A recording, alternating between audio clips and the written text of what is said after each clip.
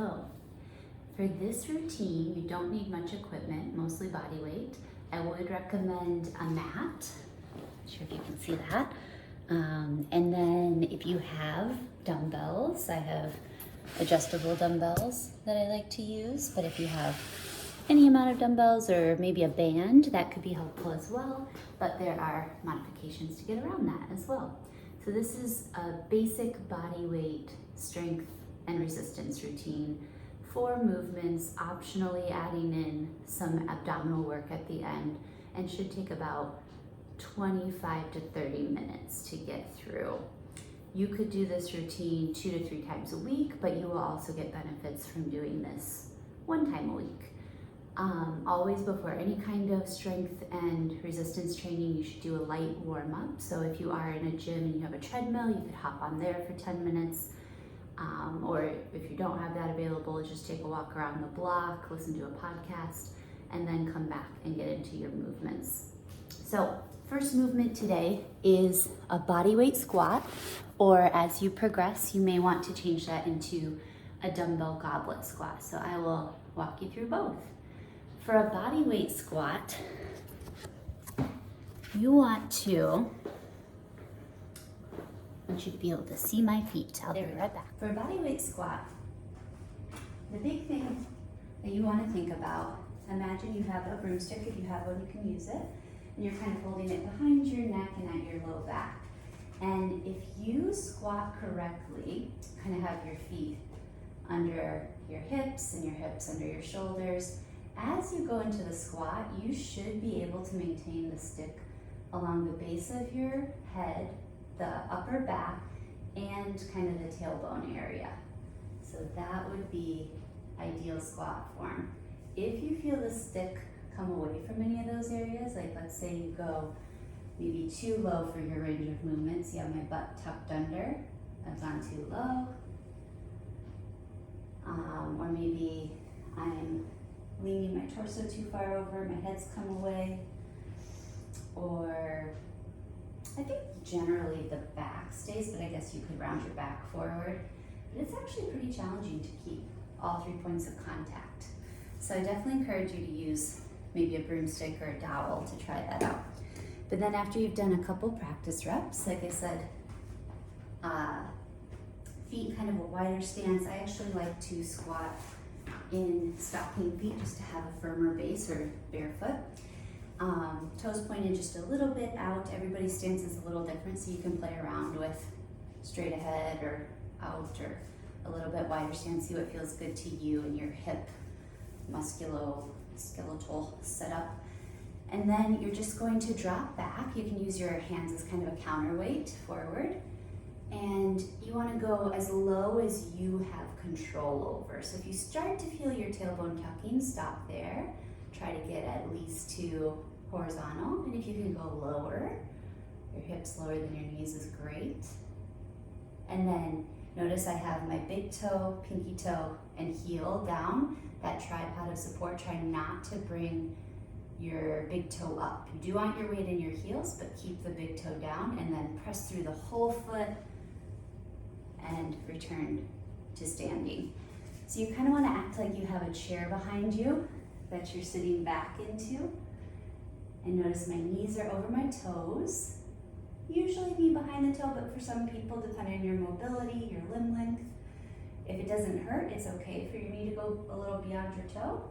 And then tripod support all the way up. And you don't have to pause at the bottom like I'm doing, just explaining. So I believe I said 2 sets of 10 reps. Yeah, 2 to 3 sets of 10 to 15 reps. So that might look something like this for 1 set.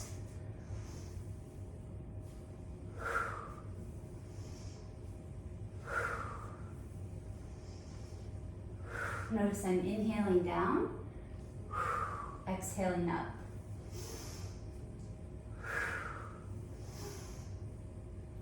Keeping my chest high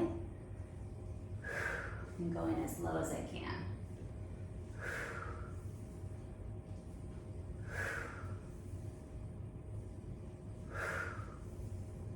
And at last count, we'll say that was 10. So maybe week 1, I would do 1 set of 10. Notice I'm a little out of breath. That's okay. I'm gonna wait. I can even, if I have a watch, check it, and I'm at about 120 beats per minute. So I'm gonna wait and rest until my heart rate comes back down. So that might be anywhere between 1 to 3 minutes. For me, it's usually about 90 seconds, but it just depends on you. And then after I've rested, my heart rate has returned to baseline, I'm gonna do another set. So I won't show that, but you'll do another set. And that will be your 2 sets of 10. And then you move on to the next move. Also, every week you want to try to practice a little bit of progressive overload. What that means is that, still a little bit out of breath, which is good. Like, I know when I'm not out of breath anymore that I'm ready to move on to the next move. But for now, still in my resting, I'm down to about 93 beats per minute. I'm probably gonna get back down to 80 or 70. But progressive overload is kind of what it sounds like. You want to overload your body progressively, week over week, and you can do that in a number of ways. So I just did or recommended 2 sets of 10 reps.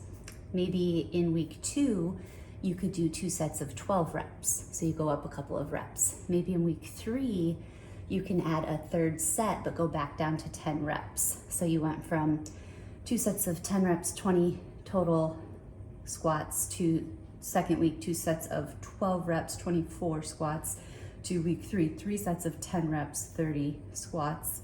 So overall, you're increasing your volume week over week. That's one way to add progressive overload, adding sets or adding reps. But you can also progressively overload by working on your technique and your form. Maybe the first week you can only go down to not even parallel, like your butt is higher than your hips. Maybe week 2 you try to get your butt parallel, and maybe by week 4 you're trying to get closer to your butt below your knees being higher. So you can work on your technique as well.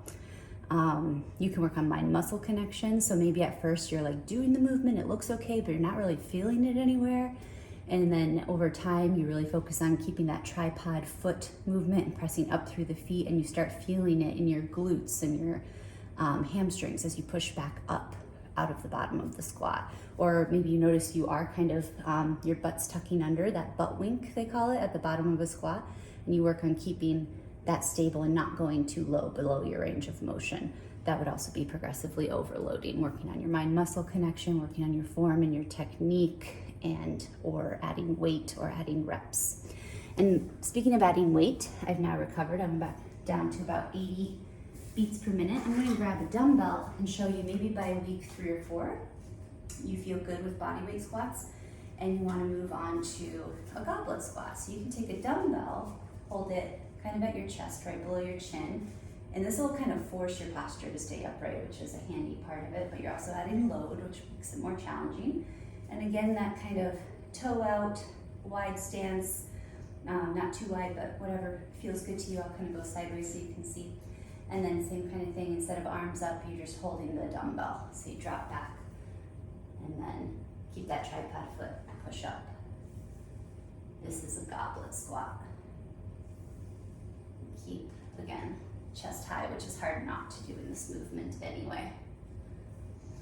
Okay, so that's the first movement, bodyweight squat or goblet squat. Starting with 2 sets of 10 reps, moving up to potentially 3 sets of 15 over the course of a month. Okay, the next movement is an overhead press, and you could go back to using your broomstick if you have one.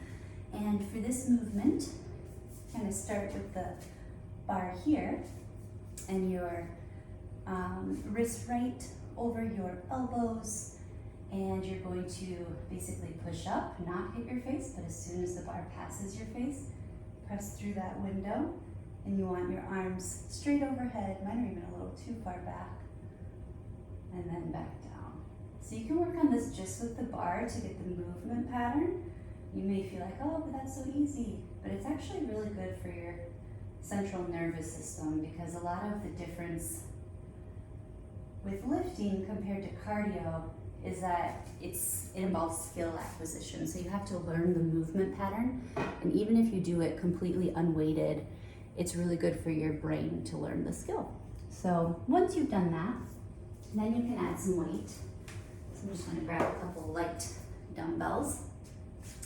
And same kind of thing, I'm just gonna press overhead. Notice here I have them all the way out so my elbows are kind of flared. It's a little bit hard to maintain that position like you would with a bar. You could do it this way as well, hammer position, but that changes the feel quite a bit. I kind of like to do in the middle, about 45 degrees out, holding dumbbells.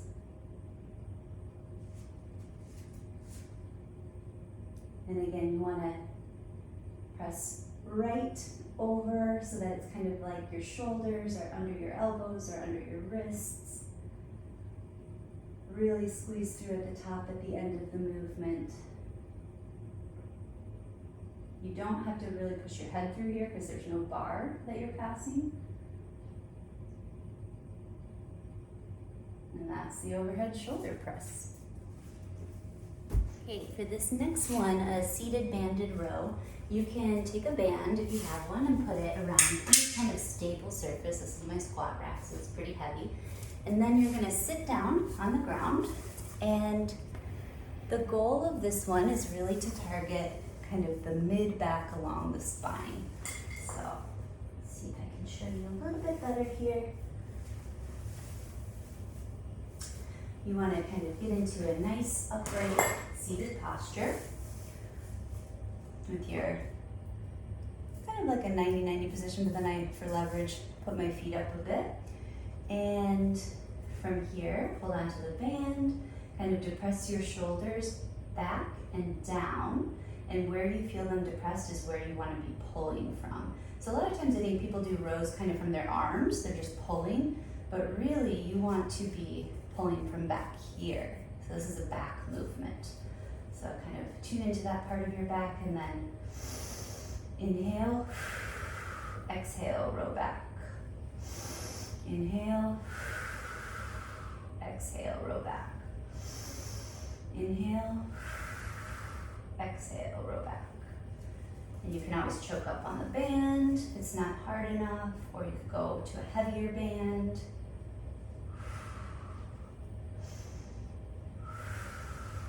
Rows are really, really great for working on your posture, and almost all of us need to work on our posture because we sit too much, and we end up having kind of this posture where from our upper backs especially, we like lean forward, we're typing and that kind of thing. So this really helps correct that posture. I'll also do a little bit of a shot from the back so that you can perhaps see my back muscles a little bit better from where I'm contracting. Oh. Nice thing about the band is it's very flexible. You can kind of move around. So again, shoulders back, down, depress, and then row from the back. And you can always pause a little bit at the full extension of the row.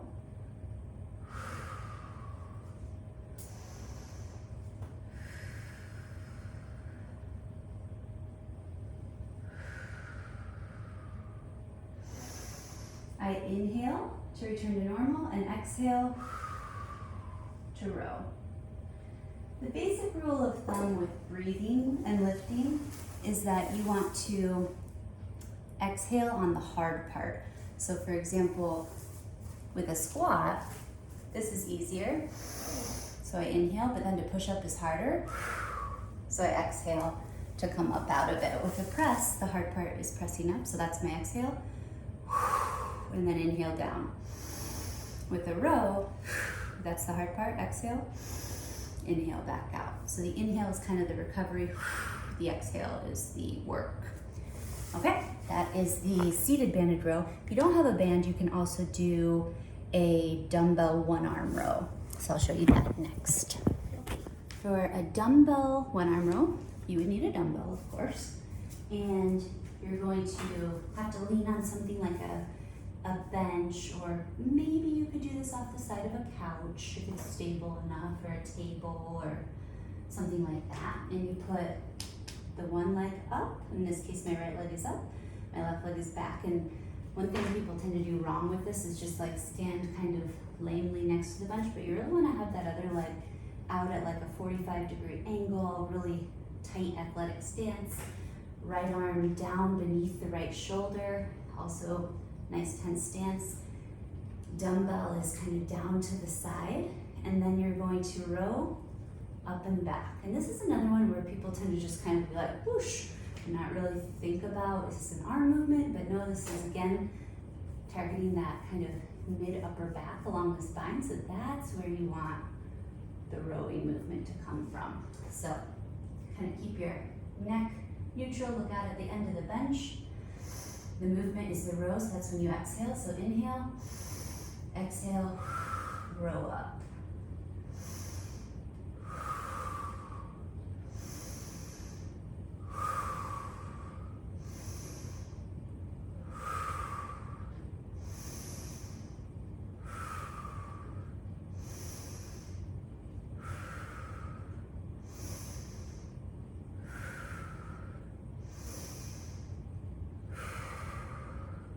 That was 8 reps on the left side, and then you always want to match it on the other side. So left knee up, left hand under left elbow, right leg out in a more athletic stance, dumbbell in the right hand, and then inhale, row up. And this time I'm targeting the movement coming from that part of my mid-back.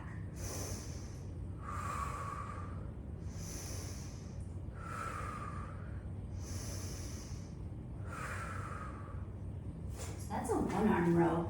You could also do a 2-arm row where you hold a dumbbell in each hand.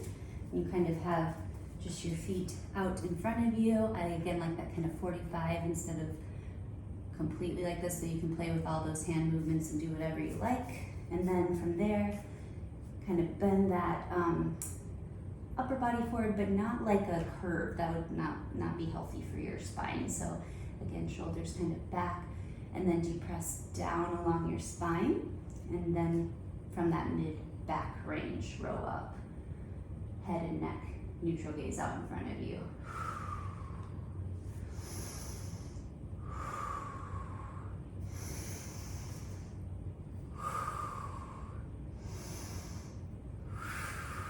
Again, I think a lot of people think that this is like a shoulder or arm thing, but it's really, again, for that back.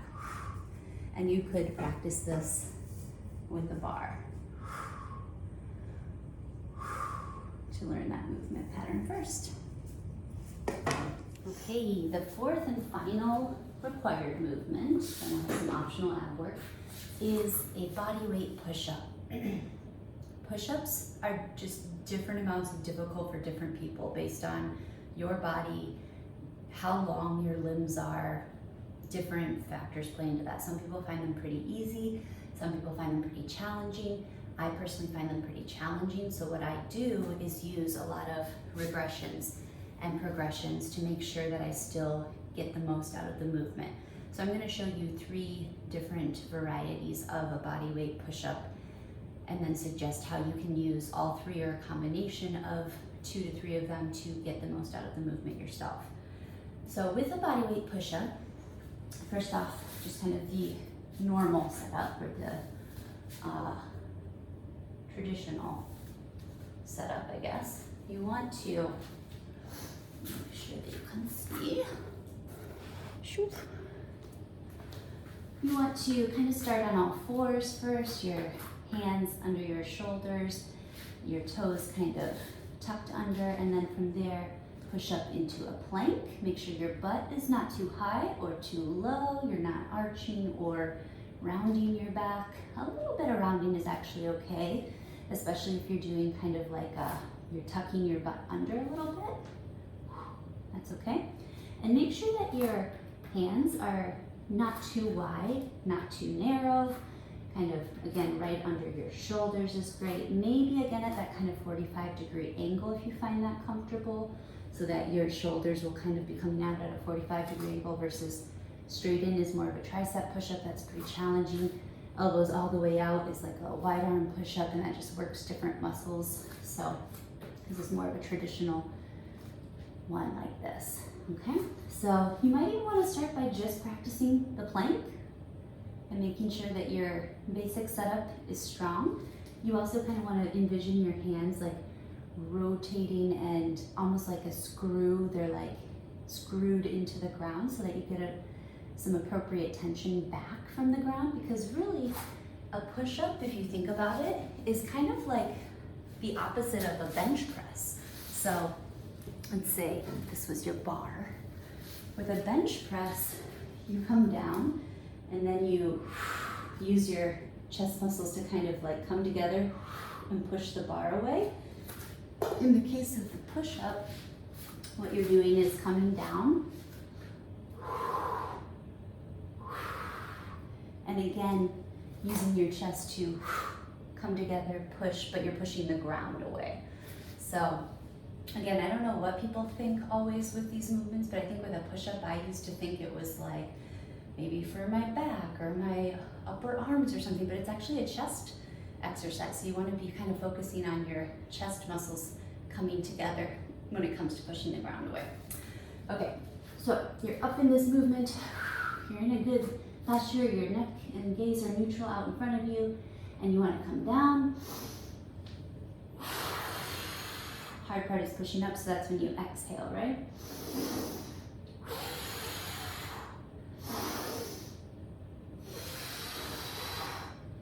And you can push back to down dog or child's pose when you're done.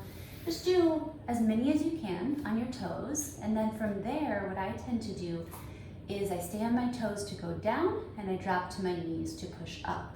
So that would look like this.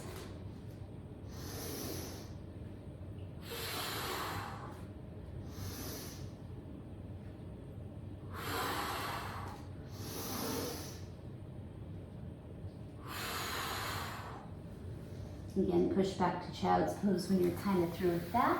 And then you could go to knee down, knee up. So just keep your knees all the way down. You could do like this or like this, whatever you find more comfortable. Some people need to maybe roll up the mat a little bit for the knees for it to be more comfortable.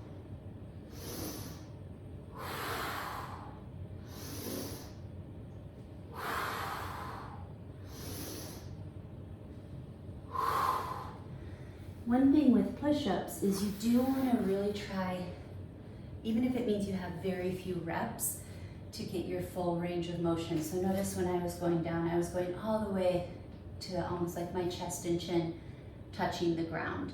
In fact, there's a way to practice push-ups where you like release your whole arm, and that can be a good way to practice too, like this. That way you get that real feel of pushing all the way from the ground.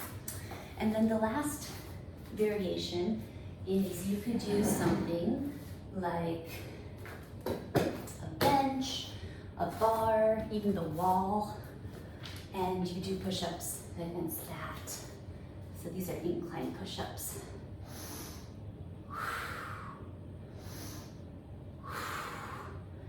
And then kind of push back from there. So if you really count all those up, you might be able to get quite a few reps and quite a bit of chest activation. Maybe you can do 2 or 3 on your toes, and then 2 or 3 more toes to knees, and then maybe, I don't know, 3 to 4 knees to knees, and then maybe 5 more as an incline. So week to week, I encourage you to keep a record and literally write down like 3 toes, 2 toe to knee, 1 knee, knee, 3 incline, so that you know kind of where it is. And then the next week, again, thinking of progressive overload, you can look and see, oh, I got 3 toes, maybe I can get 4 on my toes this week.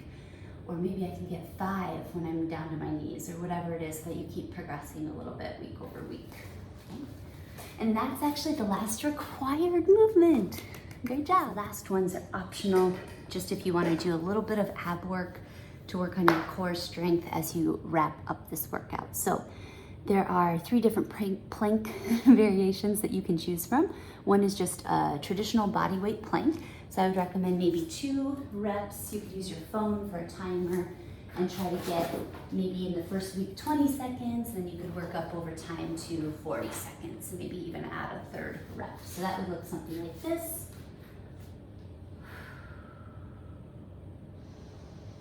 Remember in a plank to kind of keep that neutral gaze out. Butt is not too high forward. It might even be a little bit tucked. Hands directly under elbows directly under shoulders. Keep breathing. A lot of people hold their breath in the plank, that's no good. And that was actually 25 seconds right there. So it can feel really long, but it's usually not that long. And then you would just repeat that after you've rested for one more rep. Another option is the side plank. So with the side plank, you would want to, if you are starting on your right side, make sure that right hand is under the elbow, under the shoulder. And you could always start by keeping the bottom leg down and pushing up with the left leg. Wait, is that what? Yeah, I have to think about that. Actually, it's easier to come into it, and then yeah, you just keep your knee down like that. And when you feel ready, you can progress to maybe like one foot in front of the other. That's a little bit easier. And then the harder one, it's like feet on top of feet. It's easier if you, not point. What's the opposite of point, guys? Flex. You flex your feet like you're standing against a wall. It makes it a little bit easier. And make sure you're pushing up against that hip and the underside, the right side of your body. You can look down. If you have the balance, you can look up. Okay, that was about 30 seconds. And then of course you would want to repeat that on the other side. So left arm down beneath the shoulder. You could start, there it is, the knee down. You could progress to foot in front of foot, or you could end up putting foot on top of foot, flexing the feet, looking up to the sky. All kinds of variations you can do, but again, make sure you're kind of pushing up from the bottom, activating that left side body. I like to sometimes come into like a normal plank and then into child's pose. Now in that case, I would say 1 rep, and 1 rep is 1 set. So then I would repeat that again for 4 total reps, or 2 sets. And then the last one, it looks kind of like the first one, but feels significantly harder. It's called the RKC plank. So for this one, you're gonna come into the plank, and then you're gonna kind of do what I mentioned, where like you tuck your butt, but you're gonna do it really intensely and strongly and hold that. It's called a posterior pelvic tilt. So this is anterior pelvic tilt when you kind of stick your butt out. This is posterior pelvic tilt when you kind of tuck it under. You're gonna do that motion and hold it really tight, squeezing the glutes really hard for about 20 seconds. And that's probably about as long as you can hold that one if you're really squeezing tight. So that looks like this. Press up, tuck, squeeze. You should be squeezing your arms as well, all the way through to your feet. Really, really hard to hold it in that amount of tension. Like it's only been 12 seconds, but it feels like it's been 12 minutes. And 18, 19, 20. Whew. And that's the RKC plank variation. So again, those are all optional, but if you want to work on the core area, and core strength always contributes to full body stability, those are some options that you could tack on to the end of your workout. Enjoy, let me know how it goes for you. And like I said, you could do this up to 2 to 3 times a week, but even 1 time a week would bring benefits. Take care.